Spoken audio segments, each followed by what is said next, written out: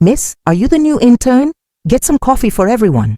Richard Harrington barked, without even looking up from his phone. I stood frozen in the doorway of the executive conference room at Bennett and Blackwell Marketing, the leather portfolio my grandmother had given me for my graduation, clutched tightly against my chest. 10 pairs of eyes turned to stare at me, most curious, some amused, none particularly welcoming. I'd spent 3 hours that morning perfecting my appearance. My natural hair styled in a sleek, professional cut that had cost 2 weeks' worth of grocery money. The navy blue designer dress I'd splurged on after receiving my offer letter hung perfectly on my frame. Even my heels, though modest, were Italian leather, a subtle signal that I belonged in these hallowed corporate halls. Yet here I was, being mistaken for the coffee girl. "The cream and sugar are in the break room down the hall," Richard continued, finally glancing up. His eyes narrowed slightly as they swept over me, taking in my appearance with a dismissive flicker before returning to his device. "And hurry up. We're expecting the new marketing director any minute." The silence in the room felt suffocating. I could feel my heartbeat in my throat, that familiar sensation I'd experienced countless times throughout my career, that moment of decision. Do I shrink away? Do I explode? Or do I find that narrow, perfect path between dignity and diplomacy? I smiled. Of course. Walking out, I could hear the conversation resume behind me. "Diversity hire for the intern program?" someone asked in a stage whisper. "Probably. HR's been pushing for more. You know," another voice responded. I made my way to the break room, my mind racing. I'd encountered this before, at Columbia Business School, at my previous firm in Chicago, and now here in New York at one of the most prestigious marketing agencies in the country. Different cities, same story. But what none of them knew, what Richard Harrington certainly didn't know, was that I, Zora Williams, wasn't the new intern. I was the new marketing director they were all waiting for, hired directly by the CEO after I'd orchestrated the most successful product launch in my previous company's history. And I had something even better than that in my arsenal. While preparing the coffee service, I pulled out my phone and sent a quick text to Janet Torres, the HR director who had recruited me. In break room, "Harrington thinks I'm an intern. Playing along for now." Her response came quickly. "OMG, so sorry. Want me to come in?" "No," I replied. "Let's see how this plays out." I arranged the coffee cups on a tray, added cream and sugar options, and made my way back to the conference room. As I entered, Richard was in the middle of what appeared to be a strategy pitch, and that's why I think we should continue with the traditional approach for the Carson Hotel's account. They're not looking for innovation, they want stability. Leave the edgy campaigns to the younger brands. I served the coffee methodically, starting with the people furthest from the head of the table, where Richard sat. No one thanked me. No one even looked at me directly. I was invisible, a service, not a person. When I reached Richard, I placed his coffee in front of him with particular care. "Thanks, sweetheart," he said absently. I straightened up, took a deep breath, and walked to the empty chair at the opposite end of the table, the other head chair. The room fell silent as I sat down, placed my portfolio on the table, and took a sip from my own coffee cup that I'd brought with the service. "Actually, Mr. Harrington," I said calmly, "thank you for getting everyone gathered. I'm Zora Williams, your new marketing director." I smiled, feeling a certain electricity in the air. "And no, I won't be serving the coffee at our future meetings." The whole room stared at him, then at me, then back at him. Richard's face cycled through confusion, disbelief, and then something that looked like anger mixed with embarrassment. There must be some mistake," he stammered. I opened my portfolio and pulled out my offer letter, sliding it across the table. "No mistake. CEO Marcus Bennett personally recruited me from Chicago after seeing the Carson Hotel's launch I directed last year. I believe that's the account you were just discussing." The silence was deafening. Richard's face had turned an impressive shade of crimson. But here's what none of them knew yet, what I had discovered just 2 days ago while reviewing the company files I'd been given access to. Carson Hotels wasn't just a potential client that Bennett and Blackwell was pitching. It was my client, the one I'd helped build from a regional chain to a national brand at my previous firm. And I had brought them with me as part of my negotiation with Marcus Bennett. That was my hidden advantage. Not only was I their new boss, but I controlled a $15 million account. that represented 20% of the company's projected annual revenue. Richard would learn this soon enough. But for now, I simply smiled and said, "Shall we start the meeting properly? I'd like everyone to introduce themselves, as I'll be evaluating the team structure over the coming weeks."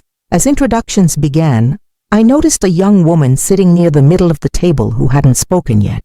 She appeared to be taking notes diligently while others talked. Her badge read, Mei Chen, Junior Analyst. "And you, Mei?" I prompted when the introductions reached her. She looked startled to be addressed directly. "I'm Mei Chen, Junior Analyst. I mostly handle data reports and presentation prep." She spoke softly, almost apologetically. I nodded. "Everyone's role is important here. I look forward to seeing your work." As the meeting continued, I outlined my vision for the department, watched Richard's transparent attempts to reassert dominance, and quietly observed the group dynamics. Alliances were clear. Richard had 3 loyal supporters who echoed his points, while others seemed more neutral, or perhaps simply cautious. After the meeting, as everyone filed out, Janet from HR appeared at the door. "Zora, I'm so sorry about the confusion," she said loud enough for the departing executives to hear. "No harm done," I replied with a smile. "Just a misunderstanding." Richard lingered, clearly wanting to speak with me privately. Once we were alone, he approached with a forced smile. "Zora, Miss Williams, I want to apologize for the mix-up earlier. Had I known that I was your superior, you would have treated me with respect," I finished for him. He had the decency to look uncomfortable. "That's not what I meant." "It's exactly what you meant, Richard. But here's what matters now. I'm not interested in apologies. I'm interested in performance. Carson Hotels is personally important to me. I built that account from nothing, and I'll be watching closely how you handle it." His eyes widened slightly. You worked on Carson?" "I didn't work on it. I created their entire rebranding strategy. Their CEO calls me directly." I gathered my materials. "Meeting in my office tomorrow, 9 a.m.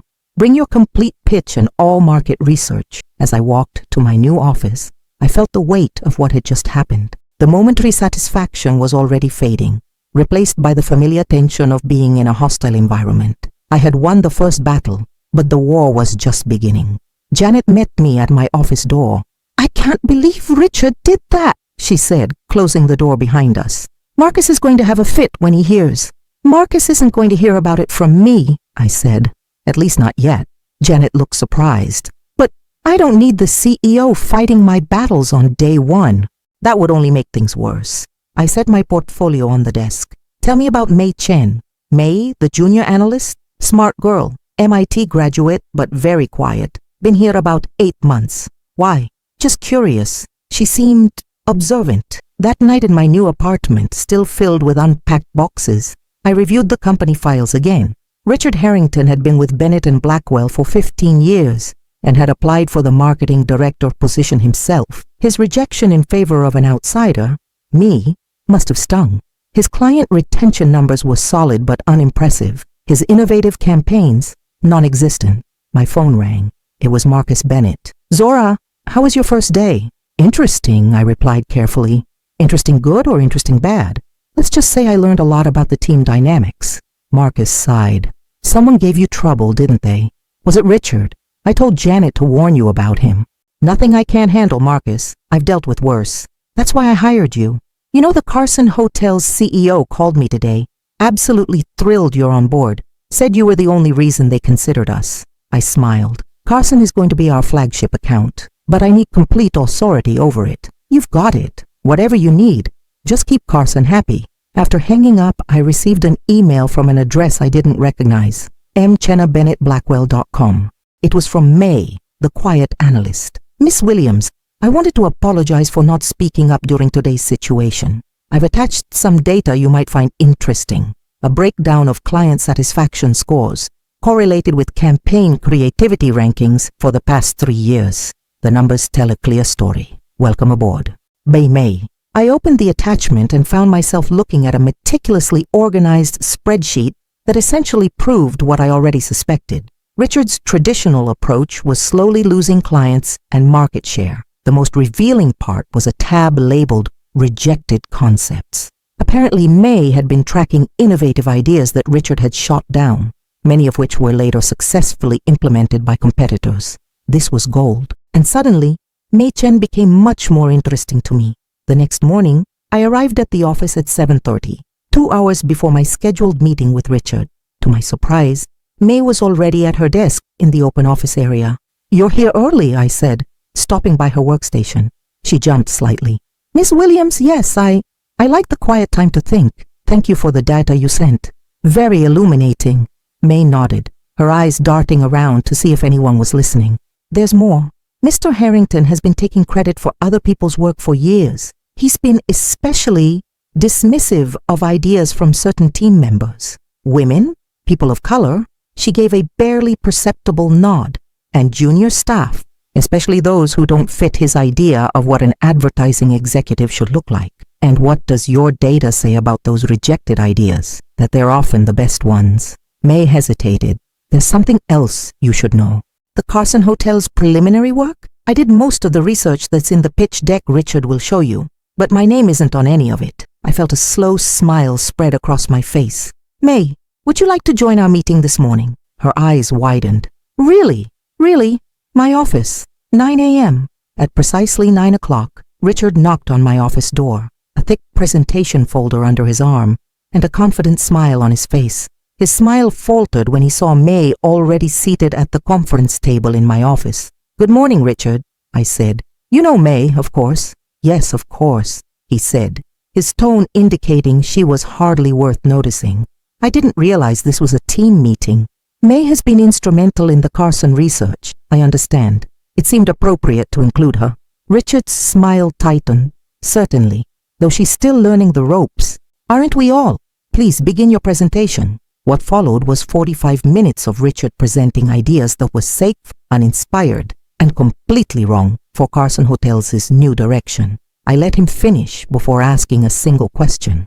"The data showing Carson's target demographic shift toward millennial business travelers, where is that reflected in your strategy?" Richard blinked. "Well, we felt maintaining their traditional image was—" "Mei," I interrupted, "what were your findings on the demographic shift?" Mei straightened in her chair.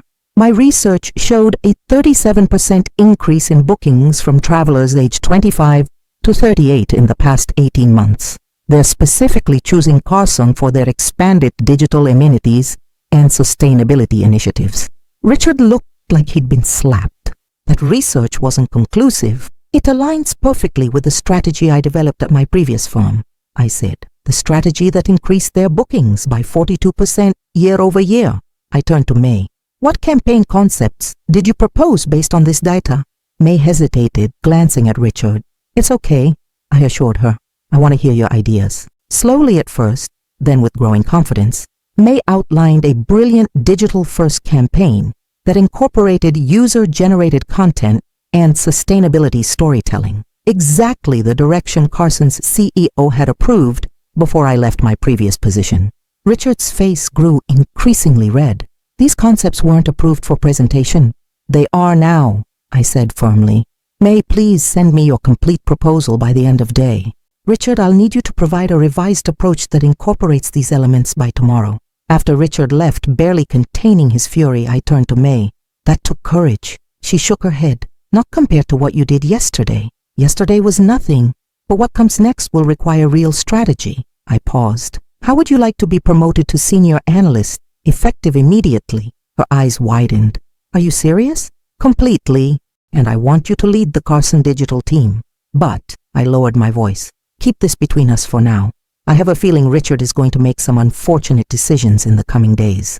Over the next 2 weeks, I carefully observed the department's operations while making subtle changes. I reassigned key accounts, promoted 2 overlooked team members besides Mei, and scheduled a major presentation to the board about our new direction for Carson Hotels. Richard's behavior grew increasingly erratic. He scheduled meetings without inviting me, undermined my directives to his loyalists, and even attempted to contact the Carson Hotels CEO directly, only to be informed that all communications should go through me. The situation came to a head when I discovered that Richard had been developing a traditional campaign for Carson behind my back, intending to present it directly to the board as an alternative to my approach. Rather than confronting him immediately, I called Mei into my office. Richard's planning an end run around me to the board, I told her. May nodded. I know. He's been having his team work late on it. He told them you're too inexperienced to understand what Carson really needs. I smiled. Perfect. Perfect? May looked confused. He's making exactly the mistake I was hoping for. I leaned forward. Here's what we're going to do. On the day of the board presentation, I arrived early to set up. The boardroom gradually filled with executives, including CEO Marcus Bennett, who gave me an encouraging nod. Richard arrived last, carrying his own presentation materials and looking smugly confident. Before we begin, Marcus said once everyone was seated, I want to acknowledge that today marks 1 month since Zora joined us as marketing director. I've already heard great things from the Carson Hotel's team about her leadership. Richard's smile faltered slightly. Thank you, Marcus, I said. In fact, Carson is the focus of today's presentation. Their CEO has approved our new direction, and I'm excited to share it with all of you. Actually, Richard interrupted, I've prepared an alternative approach that I believe better serves Carson's established brand position. Marcus looked confused. I wasn't aware we were considering multiple approaches. Zora, were you planning to present alternatives? No, I said calmly, but I'm always open to input. Richard, why don't you present your concept first? Richard looked momentarily thrown by my willingness, but quickly recovered. He launched into his presentation, showcasing a campaign that practically screamed outdated luxury, exactly the positioning Carson was trying to move away from. When he finished, there was polite applause. Marcus looked concerned but diplomatic. Interesting approach, Richard. Zora, your thoughts? Richard's concept certainly represents one direction Carson could take, I said diplomatically. However, I'd like to share the approach that Carson's CEO has already approved. I nodded to May, who queued up our presentation. What followed was a dynamic, data-driven showcase of the digital-first, sustainability-focused campaign we had developed. As I presented, I made sure to credit May specifically for her research and concepts. This is the direction Carson is already implementing, I concluded, and I'm pleased to announce that based on our work so far, they've increased their annual contract with us by 30%. The board erupted in applause. Marcus looked ecstatic. Richard stood up abruptly. This is absurd. These ideas were rejected weeks ago as impractical and off-brand. Carson would never... Actually, I interrupted, pulling out my phone. I have Carson's CEO Jackson Meyer on standby for any questions. Should I put him on speaker? Richard's face drained of color. Please do, Marcus said, intrigued. I dialed and put the phone on speaker. Jackson, it's Zora. I've got the Bennett and Blackwell board here with me. They just saw the campaign presentation. Zora, fantastic! Jackson's enthusiastic voice filled the room. The team here is thrilled with the direction. It's exactly why we followed you to Bennett and Blackwell. That digital approach and the sustainability angle are precisely what we discussed when you were leading our account at your previous firm. I could see Richard's expression crumble as the full realization hit him. Not only had I brought Carson with me as a client, but the CEO himself had followed me to the new firm. One question, Jackson, I said. Did you receive an alternative campaign pitch from anyone at Bennett and Blackwell recently? There was a pause. Yes, actually. Someone named Richard sent over a concept yesterday. Very traditional, very safe. Not at all what we're looking for. I assumed it was a mistake. The room fell silent. All eyes turned to Richard, who looked like he might be ill. Thank you, Jackson, I said smoothly. We'll be in touch with next steps. After the call ended, Marcus broke the uncomfortable silence. Richard, my office, now. As they left, he turned to me and said, Zora, exceptional work. Let's talk after this. The meeting dispersed, with board members stopping to congratulate me on the way out. May stayed behind, a small smile on her face. You knew he would go behind your back, she said once we were alone. I was counting on it, I confirmed. People like Richard are predictable when they feel threatened. They overreach. 3 hours later, Richard was removed as VP of Client Services. The official reason was strategic differences, but everyone knew the truth. He had tried to undermine the new director and had failed spectacularly. In the aftermath, I was given authority to restructure the department. May became the youngest senior strategic director in the company's history. 2 of Richard's loyalists resigned within the week. The third approached me privately, admitting he had been wrong and asking for a chance to prove himself under the new leadership. 6 months later, Bennett and Blackwell's creative department was thriving. We had landed 3 major new accounts, and our innovative campaigns were winning industry recognition. The Carson Hotel's campaign specifically had been nominated for a prestigious advertising award. On the night of the awards ceremony, I found myself sitting next to Marcus Bennett as we waited for the results. "I knew you were good when I hired you," he said, "but I had no idea you'd transform the entire culture of the firm." I smiled. "Sometimes all it takes is giving the right people a chance to be heard. Like May," he noted, glancing across the table where May sat with her team, looking elegant and confident in a way she never had before. "Exactly like May." I paused. "Do you know why I didn't tell you about Richard mistaking me for an intern that first day?" Marcus shook his head. "Because I needed to handle it myself. If you had intervened, I would have been seen as someone who needed protection, not as a leader, and now no one would dare question your leadership," Marcus observed. The announcer called for attention as they prepared to reveal the winner for Best Integrated Campaign. As Carson Hotels was announced as the winner, our table erupted in celebration. May caught my eye across the cheering crowd, and we shared a knowing look. We had both been underestimated, overlooked, and dismissed, and we had both proven exactly how wrong that was. Later that night, as I accepted congratulations from industry colleagues, I spotted a familiar face approaching me, Richard Harrington. He had landed at a smaller agency after leaving Bennett and Blackwell. He looked older somehow, less sure of himself. "Congratulations on the award," he said stiffly. "Thank you, Richard. I've been doing some thinking since everything." He cleared his throat. "I may have misjudged you." I regarded him carefully. "It wasn't just me you misjudged, Richard. It was May and countless others who didn't fit your image of what success looks like." He nodded uncomfortably. "I'm learning that." "Good," I said simply. "That's a start." As he walked away, May joined me, award in hand. "Was that Richard?" "Yes, apparently he's learning some valuable lessons." May smiled. "Better late than never, I suppose." She hesitated. "You know, when you first walked into that conference room, I never imagined where we'd end up." I thought back to that moment, standing in the doorway, being mistaken for the intern, making the split-second decision to play along rather than protest. Sometimes the most powerful move isn't an immediate confrontation, but a strategic retreat that sets up an ultimate victory. "Neither did I admitted. "But I knew one thing for certain." "What's that?" I smiled, remembering the feeling of sitting down at the head of that table, of reclaiming my rightful place and authority with quiet confidence rather than defensive anger. "That I would never serve coffee in a meeting again," I said, "unless I was pouring it for myself."